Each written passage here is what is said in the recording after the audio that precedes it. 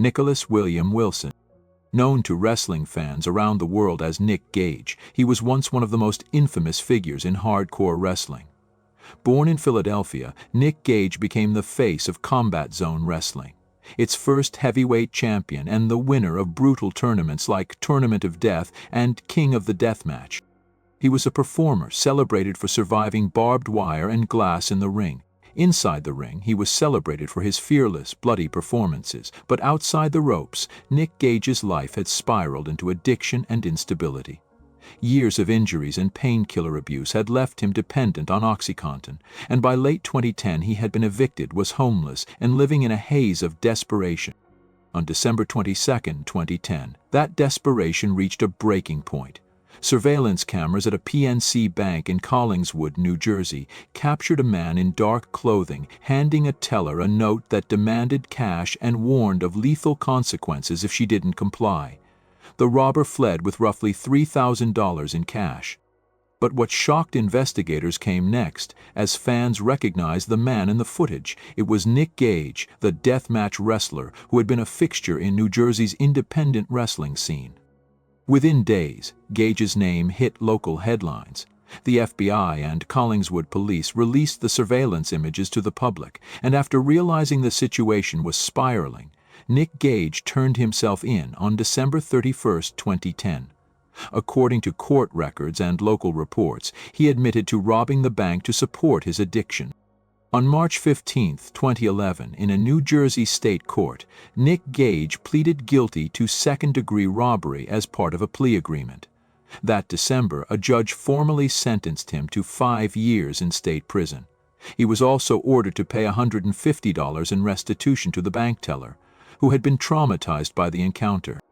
Harrison Norris, Jr. He once stood in the wrestling ring as Hardbody Harrison, a U.S. Army veteran who served in the Gulf War before reinventing himself as a professional wrestler under World Championship Wrestling in the 1990s. Outside the spotlight, he ran fitness programs and promoted himself as a trainer who could help women build wrestling careers. But what looked like opportunity turned into coercion, violence, and exploitation. By 2004, police in Smyrna, Georgia, began investigating after several women escaped his home and reported being held against their will. Federal prosecutors later revealed that Harrison Norris Jr. had lured vulnerable women, some homeless, some struggling with addiction, by promising them wrestling training and financial support. Once inside his 2 homes in Bartow County, he imposed strict rules, confiscated identification documents, and forced them to work as dancers or prostitutes. Investigators found contracts that described women owing debts to him, surveillance cameras throughout his home, and ledgers tracking earnings from commercial sex. According to trial evidence presented in federal court in Atlanta, Harrison orchestrated what prosecutors called a scheme of sex trafficking and forced labor using psychological control, violence, and threats.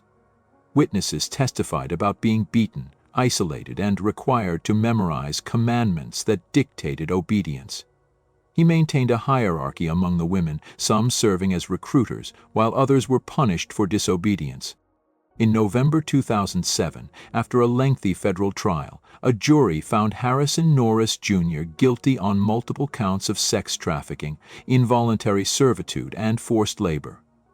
On April 1, 2008, the U.S. District Court for the Northern District of Georgia sentenced him to life imprisonment. The Department of Justice called the case one of the earliest federal prosecutions of human trafficking under the Trafficking Victims Protection Act. Harrison appealed, arguing that his trial was unfair and his sentence excessive. The 11th Circuit Court of Appeals later affirmed his convictions, but sent the case back for resentencing. After review, his punishment was reduced to 35 years in federal prison, where he remains incarcerated to this day. Tammy Sytch. Tammy Sytch, once known to wrestling fans around the world as Sunny, lived a life defined by extremes: fame, downfall, and ultimately tragedy. In the mid-1990s, she became one of the most recognizable figures in professional wrestling. Her charisma and popularity made her the most downloaded celebrity on America Online in 1996 and earned her a place in the WWE Hall of Fame in 2011. But behind the spotlight, her personal life was spiraling. Over the years, her name became synonymous with a long list of arrests, from multiple driving under the influence charges to driving on suspended licenses, violating protective orders, and fleeing the scene of accidents. Between 2012 and 2021, she was arrested at least half a dozen times across several states, with judges repeatedly warning her that her drinking and driving would one day cost a life. That day came on March 25, 2022, in Ormond Beach, Florida. Investigators say Tammy Sytch was driving a 2012 Mercedes-Benz when she failed to stop at a red light and slammed into a stopped vehicle. The impact pushed that car into another, killing 75-year-old Julian LaFrancis Lassiter at the scene. Toxicology reports later showed her blood alcohol level was between 0.32 and 0.36, roughly 4 times the legal limit. Police also discovered an open bottle of vodka in her car. She was arrested in May 2022 and charged with DUI manslaughter, driving with a suspended license causing death, and multiple counts of DUI causing injury and property damage. In August 2023, she entered a no-contest plea. During sentencing, prosecutors described her as a danger to society, citing her long-repeated pattern of alcohol-related offenses. On November 27, 2023, in a Waukesha County courtroom, the judge handed down her final punishment, sentencing Tammy Sytch to 17 years in Florida State Prison, followed by 8 years of probation, with credit for the time she had already served. In court, Sunny said she lived every day with regret and remorse deep inside her soul. Kenneth Wayne Patera. Late on the night of April 6, 1984, Olympic weightlifter and professional wrestler Cain Patera stopped at a McDonald's restaurant in Waukesha, Wisconsin, after a wrestling event. The restaurant had already closed, and when employees refused to serve him, the confrontation turned destructive. Shortly after Patera left, someone hurled a large boulder stone through the restaurant's window, shattering the glass. Patera has always denied throwing the rock, later insisting that it was done by a disgruntled former employee of the restaurant, not him. When Waukesha police officers arrived at the motel where Cain Patera and fellow wrestler Masa Saito were staying, the situation again escalated into a violent altercation. According to police reports and court records, officers attempting to question the wrestlers were met with resistance that turned into a fight inside the motel room. One female officer suffered multiple injuries, including a broken leg, fractured teeth, and a ruptured appendix, as officers were struck with furniture and other objects. Before the incident, Cain Patera had been one of the most celebrated American weightlifters of his era, a 4-time U.S. super heavyweight champion from 1969 to 1972, the first American to clean and jerk over 500 pounds, and a member of the 1972 U.S. Olympic team. He later transitioned into professional wrestling, where he became a WWF Intercontinental Champion in 1980 and an NWA Missouri Heavyweight Champion, making him one of the top villains in wrestling during the early 1980s. However, the Waukesha motel fight marked a dramatic fall from that success. Patera was charged and convicted of battery and obstructing an officer, alongside Saito. In June 1985, he was sentenced to 2 years in prison. His wrestling career stalled for several years. Masanori Saito. He was once a powerhouse in professional wrestling, an Olympian who had represented Japan before turning to the brutal world of American wrestling. Masa Saito was respected for his strength, feared for his intensity, and known across the world as one of wrestling's most disciplined competitors. But being the accomplice with Cain Patera tarnished his good record. Court records and police testimony show that after the fight with the Waukesha police officers, it took several other officers and backup units to subdue the 2 men. The case quickly gained national attention as 2 professional wrestlers charged in a brawl, first with a McDonald's restaurant staff, then with police officers. At trial, prosecutors described the attack as a rampage, while the defense claimed it was self-defense after a misunderstanding. Masa Saito was sentenced to 2 years in prison, the same as Cain Patera. During his incarceration, he worked in the kitchen and reportedly kept to himself, later saying the experience taught him humility. By the time he was released for good behavior, he had become a different man, one who even created a new wrestling hold inspired by his time behind bars. Alvin Antonio Burke Jr. Before the world knew him as Montel Vontavious Porter, MVP, he was Alvin Antonio Burke Jr., a teenager growing up in the rough neighborhoods of Opa-locka and Liberty City, Florida. By his mid-teens, Burke had fallen in with a local gang, and what began as petty trouble soon escalated into violent crime. On January 14, 1990, when he was just 16 years old, Burke and two accomplices executed a bold armed robbery aboard the Discovery I, a cruise ship docked at Port Everglades in Fort Lauderdale.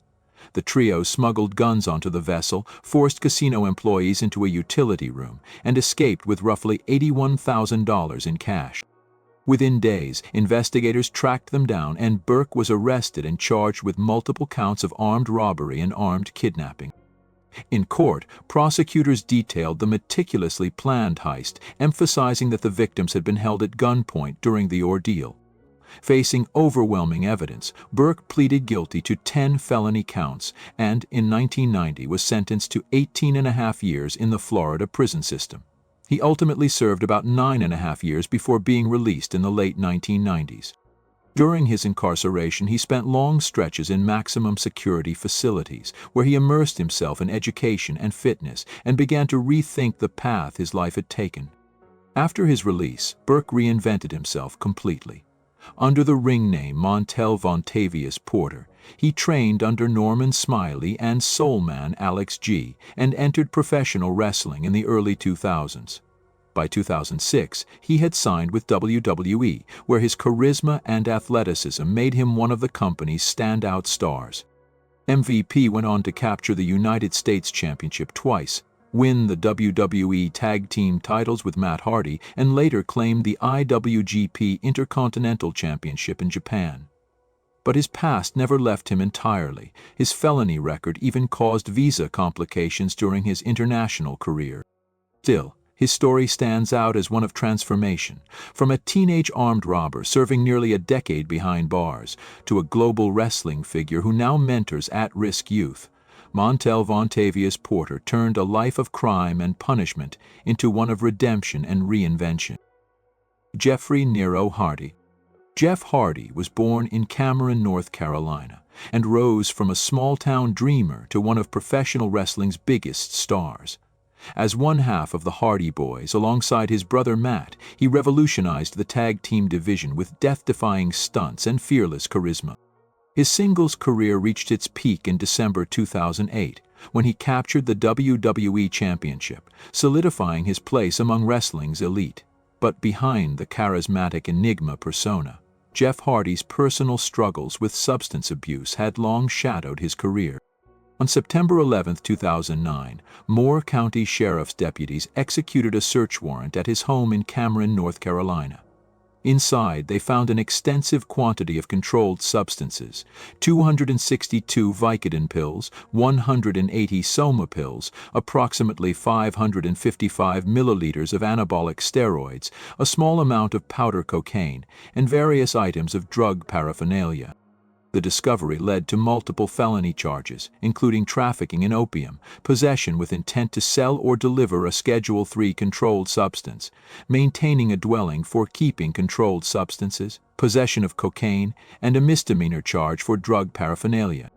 After nearly 2 years of court delays, Jeff Hardy entered a guilty plea in September 2011 to 2 counts of possession of a controlled substance with intent to deliver and 1 count of conspiracy to traffic in opium. The court accepted his plea, acknowledging the severity of the offenses, but also his cooperation and rehabilitation efforts during that time. Jeff Hardy was sentenced to 10 days in jail, 30 months of probation, and ordered to pay a $100,000 fine. Brian Christopher Lawler. Brian Christopher, born on January 10, 1972, was the son of wrestling legend Jerry the King Lawler and a well-known figure in the world of professional wrestling. Performing under names like Too Sexy Brian Christopher and Grandmaster Sexay, he rose to fame during the WWF's Attitude Era, forming the popular tag team Too Cool alongside Scotty 2 Hotty. The duo captured the WWF Tag Team Championship and became fan favorites for their energetic style and charisma. Behind the spotlight, however, Brian's personal life grew increasingly turbulent. Over the years, he faced numerous legal troubles, including arrests for public intoxication and multiple DUI offenses. His issues with alcohol and erratic behavior often drew public concern, and by 2018, his struggles had begun to overshadow his wrestling legacy. On July 7, 2018, in Hardbody County, Tennessee, he was arrested after leading officers on a brief chase. He was charged with DUI, his third offense, evading arrest, and driving on a revoked license. He was booked into the Hardbody County Jail in Bolivar, Tennessee, where his bond was set but not posted. Over the following weeks, he remained in custody. Then, on July 29, 2018, tragedy struck. Deputies discovered Brian Christopher Lawler hanging in his cell. He was rushed to Regional 1 Medical Center in Memphis, but doctors later declared him brain dead. He was 46 years old. The Tennessee Bureau of Investigation later ruled his death a suicide by hanging. There was no final sentence in his 2018 case. He died before he could stand trial. His father, Jerry Lawler, filed a wrongful death lawsuit against Hardbody County, alleging negligence in his son's supervision and medical care, but the case was dismissed in 2024. I work hard to put these detailed informations together. Please show some support by subscribing. Thank you. Cain Velasquez. Cain Velasquez was once celebrated as one of the most dominant heavyweights in mixed martial arts. Born in Salinas, California, and raised in Yuma, Arizona, he rose through the ranks of Arizona State University Wrestling before entering the UFC. His career exploded when, on October 23, 2010, he defeated Brock Lesnar at UFC 121, becoming the first heavyweight champion of Mexican descent. Velasquez's relentless pace and wrestling power made him a two-time UFC heavyweight champion, earning global respect before injuries began to shadow his career. After leaving MMA, he transitioned into professional wrestling, joining WWE and later performing in Mexico's Lucha Libre AAA worldwide. But in early 2022, everything changed. On February 28, 2022, in San Jose, California, Velasquez pursued a truck carrying 3 people, one of whom was Harry Eugene Goularte, a man accused of molesting Velasquez's 4-year-old son. During the high-speed chase through the South Bay, Velasquez rammed the vehicle and fired several shots from his registered .40 caliber handgun. The bullets struck the driver, Paul Bender, who was Goularte's stepfather, wounding him in the arm and torso and severing his brachial artery. The chase sped past a school as children were being released for the day, drawing alarm from witnesses and law enforcement. Velasquez was arrested shortly after and booked into Santa Clara County Jail. Prosecutors charged him with attempted murder, assault with a deadly weapon, and multiple gun offenses. He remained in custody for roughly 8 months before being granted bail under strict conditions. In August 2024, Velasquez entered a no-contest plea to 1 felony count of attempted murder and related charges, admitting responsibility for the shooting while avoiding a lengthy trial. On March 24, 2025, in a Santa Clara County courtroom, Judge Jessica Delgado sentenced Cain Velasquez to 5 years in California State Prison. The court acknowledged the emotional motive behind his actions, but emphasized the grave risk to innocent lives. Lawrence Wendell Fall. Lawrence Wendell Fall, better known to the wrestling world as Lex Luger, was once one of the most celebrated names in professional wrestling, a powerhouse known as the Total Package. He held multiple championships, including the WCW World Heavyweight title and the NWA/WCW United States Heavyweight Championship, and even shared the spotlight in WWE's 1994 Royal Rumble. But behind the fame, his personal life was spiraling into chaos. In April 2003, police were called to Lex Luger's home in Marietta, Georgia, where his girlfriend, former wrestling valet, Miss Elizabeth Hewlett, was found with bruises. Lex Luger was arrested and charged with misdemeanor battery. Just 2 days later, he was arrested again, this time for driving under the influence while his license was suspended. Then, on May 1, 2003, tragedy struck. when Miss Elizabeth was found unresponsive in their townhouse. She was later pronounced dead from acute toxicity caused by a mix of painkillers and vodka. When police searched Luger's home after her death, they found a large stash of anabolic steroids, oxycodone, growth hormone, and testosterone. He was arrested once again and eventually pleaded guilty to 13 felony counts of drug possession, receiving 5 years of probation. But Luger's legal troubles didn't end there. In December 2005, while traveling to an independent wrestling event, he was removed from a flight from Minneapolis to Winnipeg. Because he was on probation, he was required to obtain permission before leaving the country. That failure to notify his probation officer counted as a violation of his probation, and the court revoked it. Lex Luger was sentenced to serve approximately 4 months in the Cobb County Jail in Georgia. His time behind bars marked the low point of a career once filled with fame, athleticism, and adoration.